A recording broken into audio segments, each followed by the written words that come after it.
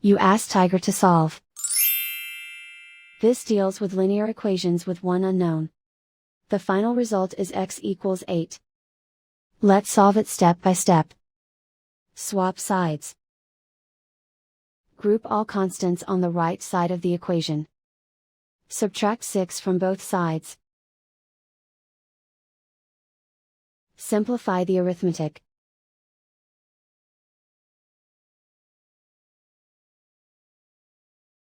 Isolate the x. Divide both sides by -3. Cancel out the negatives.